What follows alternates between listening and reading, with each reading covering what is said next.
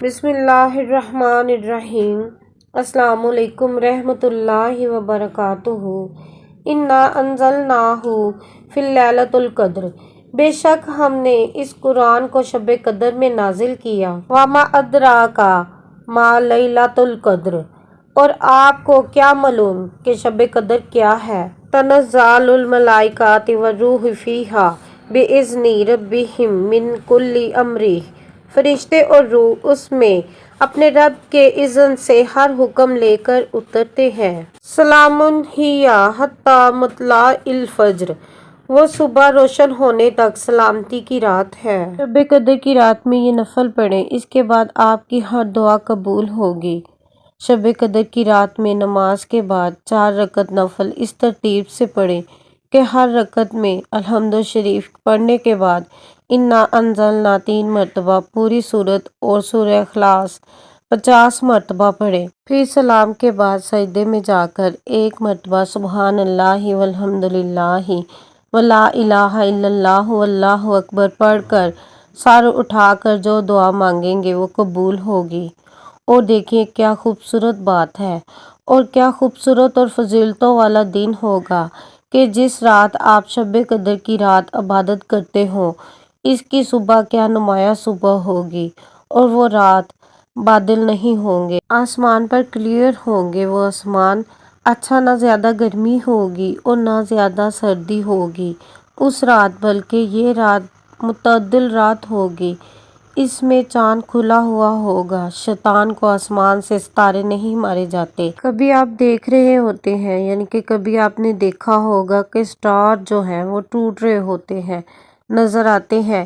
یہاں تو نہیں، پر شہر میں نہیں، گاؤں میں نظر آتے ہیں۔ ہر اس رات کو شیطان کو ستارے نہیں مارے جاتے۔ اور یہ بھی بتایا ہے کہ اس رات کے بعد جو صبح آتی ہے، اس رات جو صبح ہوتی ہے، جو سورج نکلتا ہے وہ بغیر شعاؤں کے طلوع ہوتا ہے، یعنی سورج اس طرح نکلتا ہے جیسے 14ویں کا چاند نظر آتا ہو۔ یہ جو لیلۃ القدر کے بعد کی جو صبح ہوتی ہے، اس صبح کے سورج کی بھی نشانی فرمائی گئی ہے۔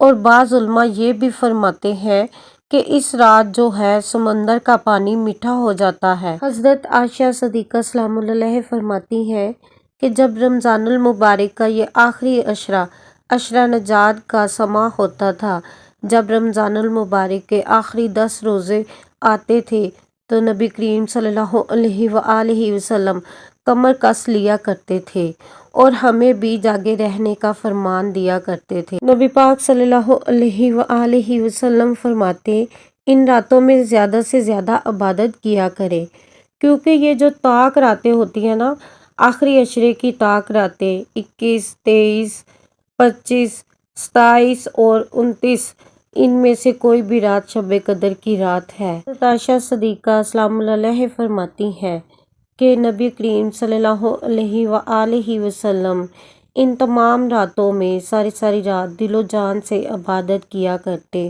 اور ہمیں بھی یہی فرماتے کہ تم لوگ بھی عبادت میں گزارو۔ ساون کی کالی راتوں میں جب بوندا باندی ہوتی ہے، وہ راتوں میں اٹھ اٹھ روتے ہیں جب خلقت ساری سوتی ہے، کہ رب کے بندو اٹھو اور اپنی آخرت کو سنوار لو، اٹھو اور جہنم کی آگ سے بچو، اٹھو اور اپنے نصیب لے لو، اگر سوئے رہ گئے تو نصیب بھی سو جائیں گے۔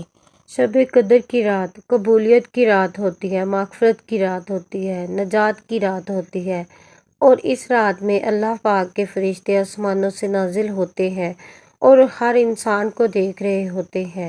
اور جو انسان اللہ پاک کی عبادت میں مشغول ہو، قرآن پاک کی تلاوت میں مشغول ہو، نوافل پڑھ رہا ہو، جو شخص اللہ پاک کی عبادت میں مشغول ہو، اور فرشتے جو ہوتے ہیں وہ اللہ پاک کی رحمتیں اور فضیلتیں اس پر نوازتے ہیں، اور اللہ پاک کے سامنے عرض کرتے ہیں، التجائیں کرتے ہیں کہ اس بندے کو نجات دلا دے، اس بندے کی مغفرت کر دے، اس بندے کی استغفار جو ہے وہ قبول کر لے، اور اس کی دعائیں جو ہے وہ قبول فرما لے، آمین۔ دوستو، میری آپ سب سے گزارش ہے کہ جو کوئی بھی اس بات کو سنے آگے لازمی شیئر کیجیے گا، کیونکہ اچھی بات سب تک پہنچانا صدقہ جاریہ ہے، اور خاص کر رمضان المبارک کے آخری عشرہ نجات کے بارے میں، کیونکہ اگر یہ بات سب نے سن لی، کوئی بھی انسان مومن ہو جائے، اس کا دل موم ہو جائے اور ہمارے پیارے نبی آقا علیہ الصلوۃ والسلام اور اللہ پاک پر یقین لے آئے، تو ہمیں اور کیا چاہیے؟ ہمیں اس کا بہت زیادہ اجر ملے گا۔ جزاک اللہ خیر یا ارحم الراحمین۔